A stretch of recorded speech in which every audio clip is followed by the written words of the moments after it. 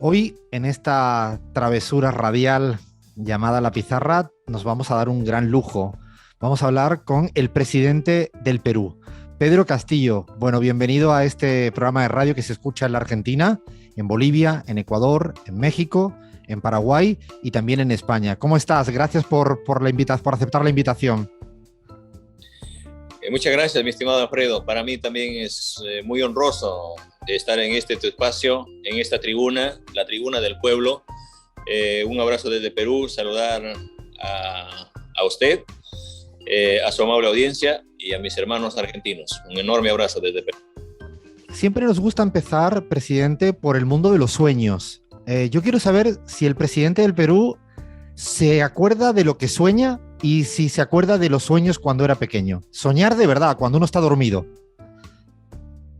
Bueno, sí, a veces pues uno se acuerda de los sueños y a veces no, porque tú sabes que en el campo amanecemos al trabajo y llegamos muy tarde a descansar y uno resulta rendido, pero siempre hemos soñado, ¿no? Que las cosas siempre no nos digamos de la familia, estemos muy ligados a Dios y hacer las cosas bien. Yo quisiera desde este espacio saludar a mi padre, a mi madre, a mis hermanos que jamás nos permitieron estar ociosos, jamás nos permitieron perder el tiempo en otra cosa y jamás nos permitieron con las uñas largas, ¿no? La honradez para nosotros ha sido un don maravilloso y compartir lo poco que hemos tenido. Mis padres son iletrados. Somos 9 hermanos y mi padre nunca comía solo. Siempre esperaba que estemos todos alrededor de la casa y siempre nos daba un turno. Mi papá solamente asistió una semana a la escuela y hace una línea de una raya más para ella es su firma. Mi madre no conoce una letra, pero a pesar de ello leían muy bien la realidad, leían muy bien a la familia y nos leían muy bien a sus hijos y nos turnábamos para dar la bendición a Dios a la hora de comer. Y eso para mí ha sido más que una escuela. Eso lo he trasladado en mi accionar como joven, en la escuela, en el colegio, en la universidad. A mis maestros también, diciendo que hay que compartir no solamente las amarguras, sino también los buenos momentos. Y hoy he venido a ser presidente de la República por mandato de este pueblo sediento de justicia, sediento de igualdad de oportunidades, y la quiero trasladar lo que me enseñó mi padre, lo que aprendí en el camino, y lo que tiene el Perú sea para los peruanos, lo que tiene este gobierno se distribuya para los más necesitados, pero sin robarle un centavo a este país. Tenemos muchos problemas, mi estimado Alfredo, en cuanto a situaciones reivindicativas de este país. Y por eso estoy acá. ¿Cómo era Pedro Castillo de pequeño? ¿Era estudioso? ¿Era rebelde? ¿Era travieso? ¿Era muy valiente? ¿Cómo eras? Siempre he sido valiente. No me he corrido de los retos. Recuerdo que me atrevía a cualquier cosa y siempre me ha salido bien. A veces desafiando también al maestro, ¿no? Pero en tonos muy respetuosos. Y siempre que hemos soñado algunas cosas, hemos ido detrás de ese sueño a hacerlo realidad. Para irnos a la escuela, siempre teníamos que labrar la tierra, y eso extraño. Y hoy quiero seguir labrando esta tierra en el marco de una... ¿Por qué cree usted que lanzo la segunda reforma agraria? Por amor a mi padre, que es labrador, y porque somos agricultores, y vamos a trabajar para que impulsemos estas presas, estas represas, esta cosecha de agua al lado del agricultor para impulsar la agricultura, en honor a mi padre, en honor a la familia, porque si no trabajamos, pues de dónde salen los frijoles, ¿no? Entonces, creemos importante, mi estimado Alfredo, decirle al país, decirle al mundo de que todo tiene que ser producto de un esfuerzo y tenemos que hacerla bien, ¿no? ¿Qué quería ser Pedro Castillo de chico? De mayor yo quería ser futbolista o basquetbolista. ¿Qué quería ser el presidente cuando no era presidente de chico ahí en esa familia? Siempre anhelé ser maestro. Le veía a mi maestro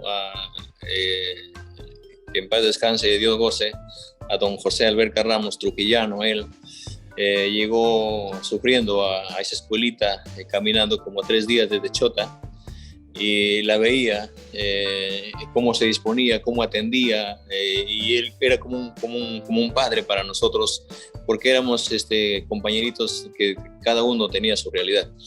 Y decía, yo quisiera ser como este hombre que tiene amor a los niños, yo quisiera ser este hombre que lucha, yo quisiera este hombre que tiene tanta sabiduría, porque él jamás revisaba pues el diccionario, no estaba mirando la tabla que nos enseñaba a nosotros, no estaba revisando el libro, todo estaba acá, ¿no? Entonces, ¿qué cosa tiene tanto en su cabeza?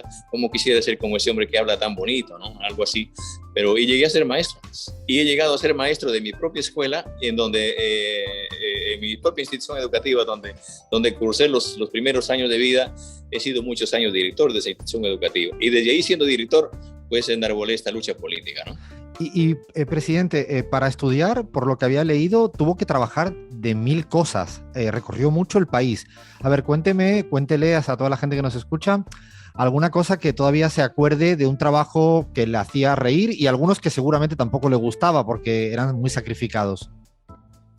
Sí, recuerdo que en la mañana, para irnos a la escuela, teníamos que ir a mudar los animales, a mudar las ovejas, a mudar los caballos, y luego labrarse un surco de maíz, y terminar esa tarea, porque en la tarde teníamos que volver al lugar, porque teníamos en la cabeza que si no trabajas no hay donde comas, nadie te va a alcanzar un pan, nadie te va a traer eso. Entonces, y siempre ha sido así. En la institución educativa de primaria, ahí no había un jardín. Yo llegué a la escuela a los 7 años, el primer año, y estudiamos en ese tiempo solamente había un profesor que solamente se estudiaba hasta 3er grado, y luego teníamos que caminar 1 hora y media para ir a completar 4º, 5º y 6º. De esa promoción que terminamos, solamente fuimos 2, yo y un primo hermano. Terminamos la escuela, así lo llamamos, que terminamos la primaria, y cuando le decía a mi papá, no hay los recursos, lo que tenemos que hacer es irnos a trabajar. Y gracias a mi padre me llevó a la parte de Amazonas por el Marañón, y me enseñó cómo se siembra una planta de café. Yo sé cosechar café, te sé todo, con todas las plagas de esas plantas, y me enseñó a sembrar arroz. Y el resto, qué decir, pues sembrar papa, sembrar maíz, sembrar trigo, cosechar todo, cómo se cría un animal, cómo se monta un caballo, cómo se ordeña una vaca, ¿no? Eso es maravilloso, yo no me olvido, yo extraño esa vida. ¿Crees, presidente, que ese tipo de saberes hoy en día en la sociedad en la que vivimos son subestimados, infravalorados? Eso falta, o sea, respetar la identidad. Hay que motivar a las personas para que saque su yo, para que saque lo que tiene adentro, ¿no? Entonces, porque a nosotros nos enseñaron, mira, de la vida que se dio en el Tahuantinsuyo: no seas ocioso, no seas mentiroso y no seas ladrón. Entonces, eso siempre está en la cabeza, y para eso es lo que no tenemos permanentemente, esa lucha. Y luego, cuando terminamos, mi papá me llevó 2 años, me separó de la escuela, no fui a la secundaria porque de recursos económicos muy escasos, y cuando terminé, cuando hubo la oportunidad de hacer algunos ahorros para comprarme el uniforme, para comprar los cuadernos, y mi hermano mayor, Mercedes, me dijo, ¿sabes qué? Voy a hablar con mi papá para que se convenza de que es necesario que estudie la secundaria. Fui, me matriculé ahí nomás de donde terminé la secundaria, aún media hora más allá, y salí a las 5:30 de la mañana al hombro mi alforja con mis cuadernos, y iba, y era el primer alumno que llegaba al colegio, y era el primer alumno, y era el primero a llegar a la casa para ir a coger la lámpara en la tarde y seguir trabajando. Terminé la secundaria en ese colegio tan nuevo, Arturo Suárez Cabrera de Anguía, y luego, ¿qué voy a hacer? En las vacaciones seguía yendo a cosechar café, a cosechar arroz, sembraba algunas plantas, y a ayudar a mi padre a criar algunos animales para de ahí sacar la solvencia. Pero también, gracias a un tío, que Dios la tenga en su poder también, que en esta campaña falleció un tío muy querido, hermano de mi madre, me trajo a Lima. Y recuerdo ¿Con cuántos años, presidente, llegó a Lima? Bueno, recuerdo que habré llegado pues cuando yo tenía ya a partir del 3er año de secundaria, ¿no? Y lo que hice y me dijo, tío, ¿sabes qué, hijo? Acá si no trabajas, no comes. Entonces yo decía, pero en algún momento en mi casa pues, no, uno puede trabajar un día, pero sí tengo que comer. Pero en Lima, si no trabajas, no vas a comer nada. Entonces cogimos esa caja de los helados y recuerdo en la Plaza Unión, cuando cogíamos los helados, íbamos de toda la avenida Alfonso Ugarte, llegábamos a la Plaza 2 de Mayo y por la Colmena entrábamos por la Wilson, por Tacna vendíamos helados. En la tarde vendíamos canchita con maní y en la noche iba al Jirón Chancay, frente a la Universidad de Federico Villarreal, a un hostal que se llamaba Las Américas, de un paisano, y era cuartelero. Iba a limpiar las habitaciones y fin de semana le pedía al dueño del hotel que me diera las sábanas para los sábados para lavar. Era lavandero de las sábanas y así. Y con eso hacíamos los ahorros en vacaciones, iba y llegaba para pagar el cuarto durante todo el año para estudiar, ¿no? La superior, pedagógico. Y así me formé, y cuando discrepábamos con los maestros que la educación anda mal, que por qué no se le da la oportunidad a la juventud, y recuerdo que una maestra me dijo, ojalá que cuando termines y llegues a ser maestro, de tanto que pregonas acá en el aula, vayas a trabajar al último rincón. Y yo fue cuando terminé la carrera y se dieron contratos, fui a la UGEL y le dije, quiero que me den la escuela que está más lejana de este pueblo. Voy al último rincón. Y fui al último rincón. Y ¿Cómo se llamaba, presidente, ese lugar? Es la escuelita de Caruayo, en el distrito de La Ramada, provincia de Cutervo, en la región de Cajamarca. Desde acá quisiera saludar a esa hermosa comunidad que me cobijó. Una pregunta que tengo. ¿Los alumnos de esa época suyo mantienen algún tipo de relación? Ahora cuando le ven de presidente, yo me imagino que si el maestro de mi escuela chiquito es el presidente, no sabría ni qué haría. ¿Cuál es su relación ahora con esos alumnos y alumnas? En este recorrido las encontré como jefes de campaña en su comunidad haciendo pintando el lápiz, pintando mi sombrero. Pero ¿qué sucedía? De que es una comunidad bastante carente. Voy a retornar a esa comunidad para reconstruir esa escuela. Entonces, luego, terminando eso, tenía que salir a otra provincia donde está la provincia de Chota, y desde ahí gesté una lucha. Desde el día primero que asumí la docencia, lo primero que hice es llamar a los padres de familia, llamar a los maestros y decir qué hay que hacer por los maestros. Y así fue como me metí en el seno del magisterio y empecé por la lucha reivindicativa de los maestros, y en el 2017 se gestó una lucha donde yo la encabecé a nivel nacional y fui conocido a nivel nacional. De hecho, en eso, presidente, permítame un segundo justamente para explicarle que usted tiene una historia biográfica de lucha sindical importante. Fue elegido presidente del Comité de Lucha de las Bases Regionales, del Sindicato Único de Trabajadores de la Educación del Perú, SUTEP. Luego también fue secretario general de la Federación Nacional de Trabajadores de la Educación del Perú, FENATEP. Y ahí donde, como usted dice, es protagónico en la lucha de los derechos por los maestros en el año 2017, donde se hace más conocido. Yo le quiero hacer una pregunta ahí.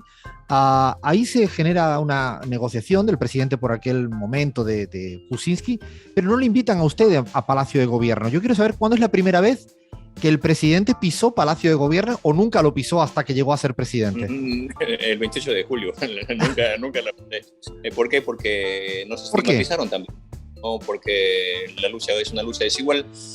También hubo problemas internos con el magisterio, porque y ahora nunca el gobierno en el Perú durante los 200 años jamás priorizó la educación peruana. Mi estimado Alfredo, debo confesarte de que hay mucho por hacer en la educación del país. Los maestros en sus luchas diarias a nosotros nos han motivado de sobremanera.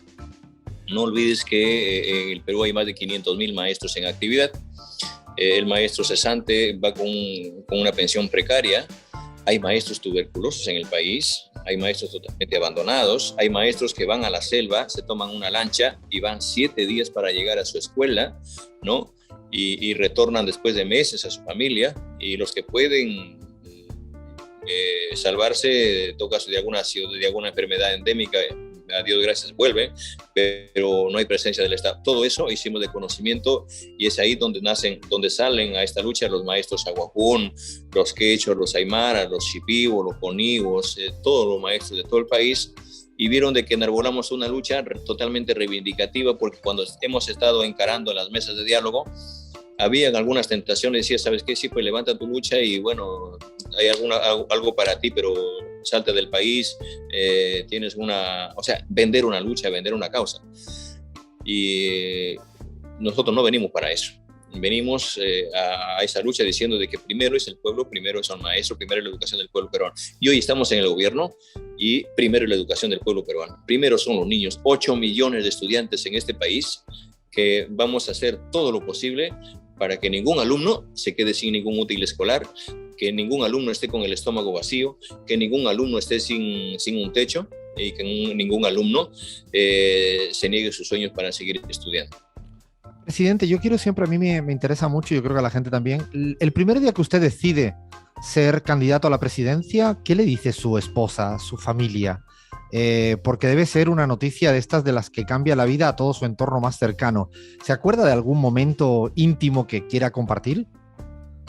Sí, recuerdo cuando Lilia, Arnold y Alondra me esperaban para cenar, y ese día yo ya logré la inscripción y fui y le digo, o sea, que voy a postular a la presidencia de la República. Entonces me dijo, ¿sabes qué? Ven, come y vamos a ir, y mejor vete. Creía que había enloquecido, me imagino, porque decirle eso, ¿no? a su esposa, a sus hijos, debe ser como la locura total, dirían. Claro, entonces, pero yo tenía bastante fe. Pero ¿sabe qué es lo que pasó? Pero imagínense, dentro de tantos candidatos, un maestro que en su boleta de pago tiene 3,000 soles de haberes y solamente recibe 1,200 porque el resto son préstamos. ¿Y qué maestro no debe? ¿Qué servidor no debe? Y con esa cantidad y vas a ir pues a ser candidato presidencial. No te pases. Entonces mejor hablemos de otras cosas. Vete a ayudar a tu padre mañana, algo. Entonces, pero fui consciente y digo, ¿sabes qué?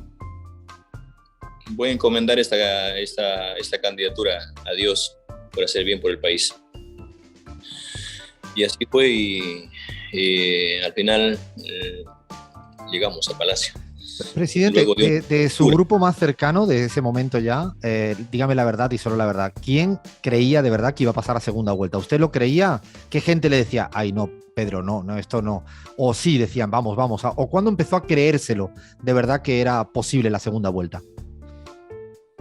Mire, yo siempre creí y la compartí con algunos maestros cercanos en alguna de las regiones del país. Porque cada maestro, mire, yo saqué un cálculo, éramos algo de más de 500,000 maestros, pero dije, ¿sabe qué? Yo voy a hacer un cálculo así sencillo, voy a sacar unos 200,000 maestros y me quedo con 300,000. Si cada maestro me garantiza 10 votos en la mesa, ya tengo 3 millones de votos solamente de los maestros. Ahora, mi familia, mis ronderos, el resto, mis vecinos, debo llegar a unos 2 millones de votos. Y ya paso a la segunda vuelta. Voy a la segunda vuelta y debo ser candidato. Y empecé a recorrer el país, pero fue el primer candidato que me cogió el COVID. Y estuve 20 días en Lima, ¿no? Y los medios de comunicación, un candidato irresponsable por eso. Y gracias a esos ataques yo fui conocido, ¿no? Entonces bajaba y no había ningún pueblito donde no había gente que estén organizados. Todos estaban organizados recibiéndome, pero en cada pueblo pues, veía unas tremendas pintas de los candidatos. Me decía, sí, pues ahí está el nombre, pero no conocen al candidato. Pero yo llegaba, tenía contacto con los padres de familia y así empezó. Yo creo que es el mejor cálculo posible. Yo creo que a partir de ahora habrá que empezar a estudiar cómo uno va en su cabeza creyendo que es posible. Le quería preguntar, fue un momento muy difícil la segunda vuelta porque hubo el desconocimiento de los resultados por parte de su rival, de muchas voces también.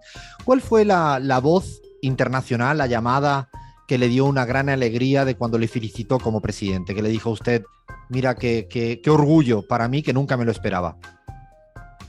Bueno, hubieron muchas, ¿no?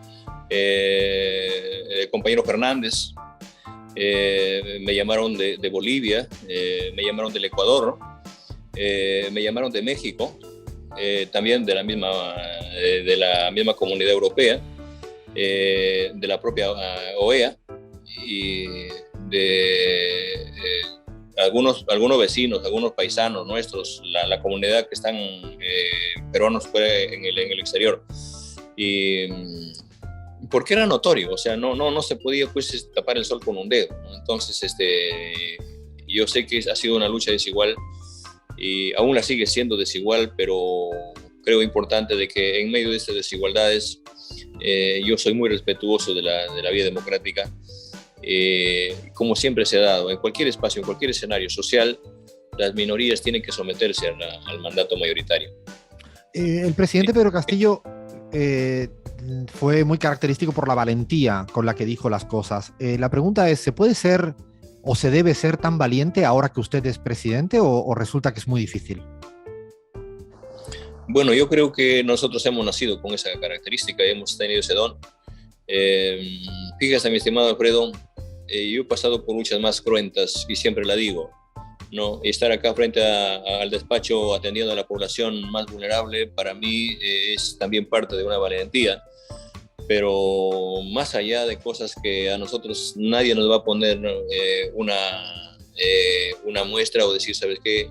Dar señales de lucha, dar señales de valentía, cuando tienes cuando tienes en las piernas y en las espaldas todavía las huellas de algunos perdigones, ¿no? Cuando hemos tomado la calle, cuando hemos defendido el medio ambiente, ¿no? Más allá de eso, ya siendo gobierno, entiendes hoy el sinsabor del pueblo y a la cual tenemos que seguir bregando. Yo sé que van a entender las personas que de alguna u otra forma aún no asimilan haber perdido esta elección, pero yo quisiera decirles desde este espacio que se saquen eso de la cabeza de que yo he venido a eternizarme en el poder. El 28 de julio de 2026 daré la posta a quien este país designe como el presidente que me suceda y iré al lugar que corresponde. Me volveré a la escuela. Ese es mi espacio.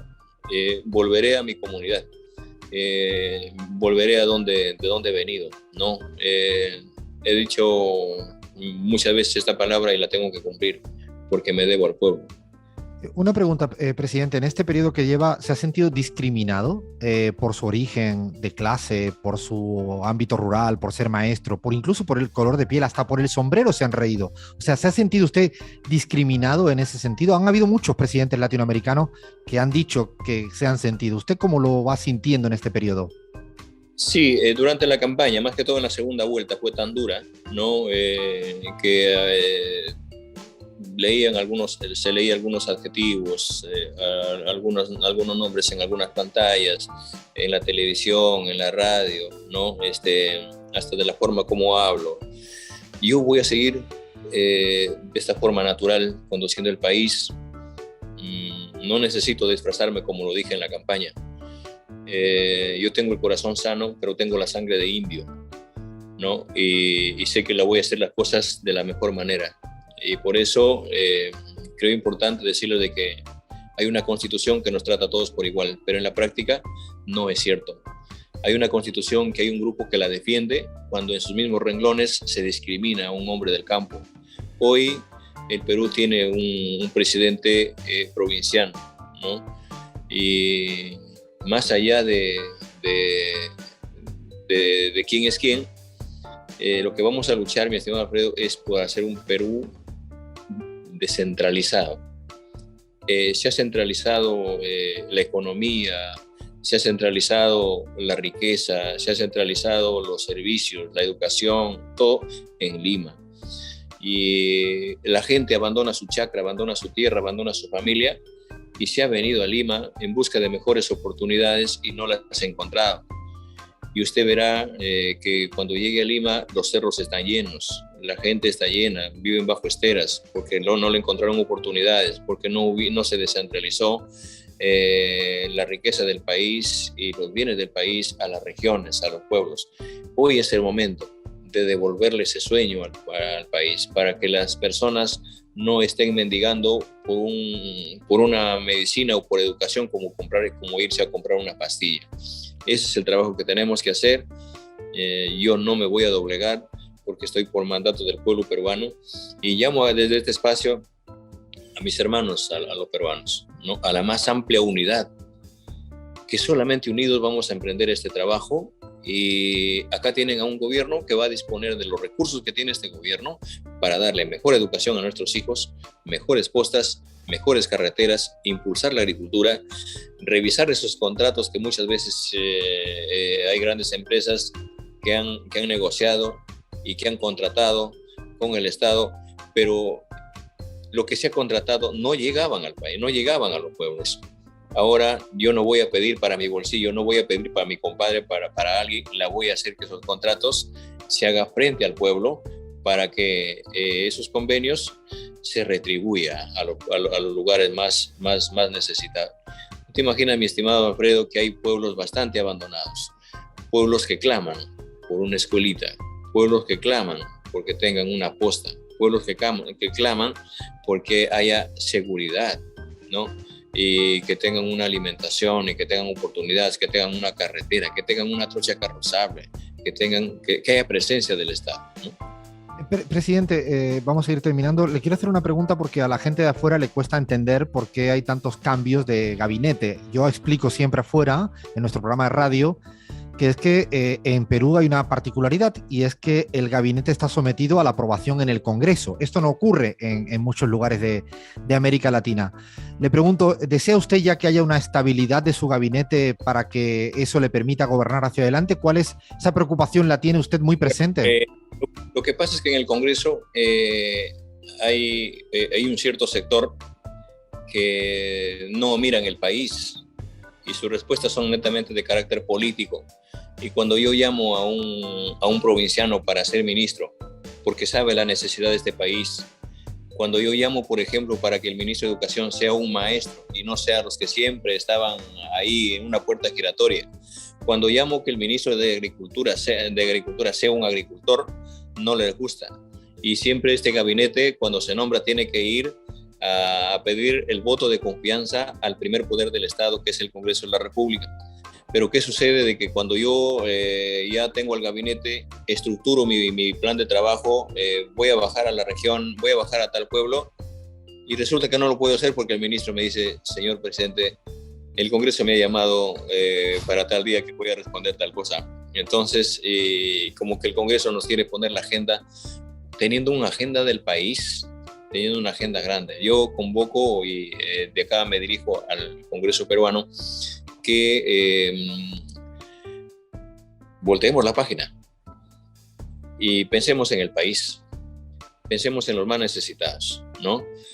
Por nuestra parte, no ha pasado por nuestra cabeza, como se dice cierto sector en el Congreso, que Pedro Castillo quiere cerrar el Congreso. Yo lo que quiero cerrar son las brechas de desigualdad en este país. Yo lo que quiero cerrar son las diferencias que tiene este país entre la clase política. Yo lo que quiero cerrar son las grandes distancias que existen entre los más necesitados y las personas que aún de otra forma también comprometen al gobierno para que llegue el Estado. Entonces, totalmente fortalecido este espacio, mi estimado Alfredo. Me gustaría conversar más tiempo, pero tengo mucha gente. Ya sí, le termino, presidente, con preguntas casi de una palabra, para ir cerrando y despidiéndonos de toda la audiencia. Así pregunta: ¿le gusta el fútbol, sí o no, y de qué equipo es? Por supuesto, de que me gusta el fútbol. Mira, soy de la U, pero voy a seguir siendo de la U. ¿Y de afuera del Perú de alguno o no quiere generar conflictos internacionales? Yo soy del Barça, no sé usted. Coincidencia. Bueno, está bien. Una pregunta: ¿un político con el que le gustaría tomarse un cafecito? Bueno, con mi maestro, con Pepe Mujica. Lo que menos le gusta hacer a usted como presidente, la verdad y solo la verdad. Bueno, estar encerrado, porque quiero salir afuera a los pueblos, ¿no? ¿Duerme menos ahora que antes? Sí, 3 horas. 3 horas. Bueno, esta es... Sí. Me caigo para atrás. Y ahora sí, para terminar, dígame usted una palabra por cada palabra que yo le diga. Lilia, su esposa. Mi compañera. El Papa Francisco. Perdón. Perdón, Lilia, ¿me repite, por favor? Mi compañera, la que está en las buenas y en las malas, pues, mi estimado Alfredo. El Papa Francisco. Un hermano a la cual le envío un enorme saludo. Y le vamos a pedir una palabra escrita en la pizarra. ¿Qué palabra le gusta a usted que dejemos escrita en la pizarra?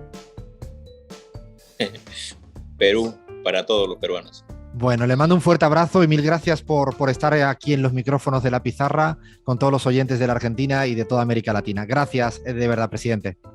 Siempre con el pueblo. Muchas gracias. Muy bueno. Un fuerte abrazo. Un Gracias. fuerte abrazo. Gracias. Chao.